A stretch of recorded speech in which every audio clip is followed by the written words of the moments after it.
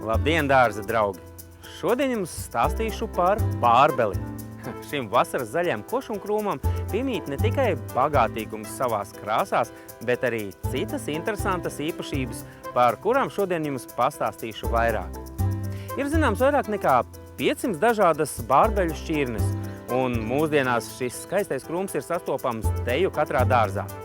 Daudzās valstīs tās audzē un kultivē tikai ogu dēļ, bet citās to plaši izmanto tautas medicīnā. Par bārbeli var sacīt to pašu, ko par rozi. Tā nebūtu tik skaista, ja neuzdrošinātos būt tik ērkšķaina. Bārbeli ir dzeloņains krūms un ar visai sīkām lapām.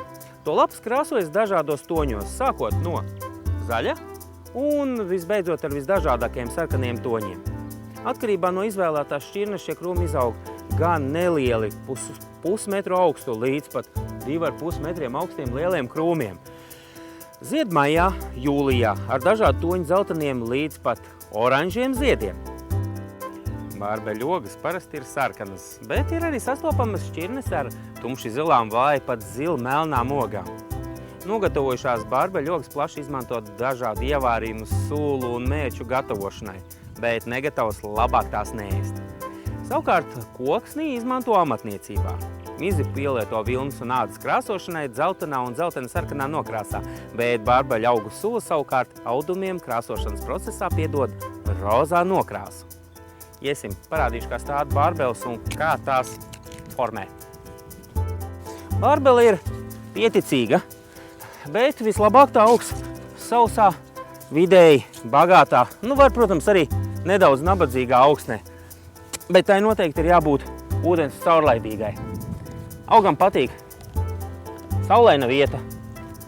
Savukārt, pats stādīšanas process ir līdzīgs kā visiem citiem lapainajiem kokiem un krūmiem. Izrokam bedrīti un iestādam. Un galvenais, ka neaizmirstam apliet. Tā, ar iestādīšanu tas arī ir viss. Tagad es parādīšu, kā nedaudz to var paformēt.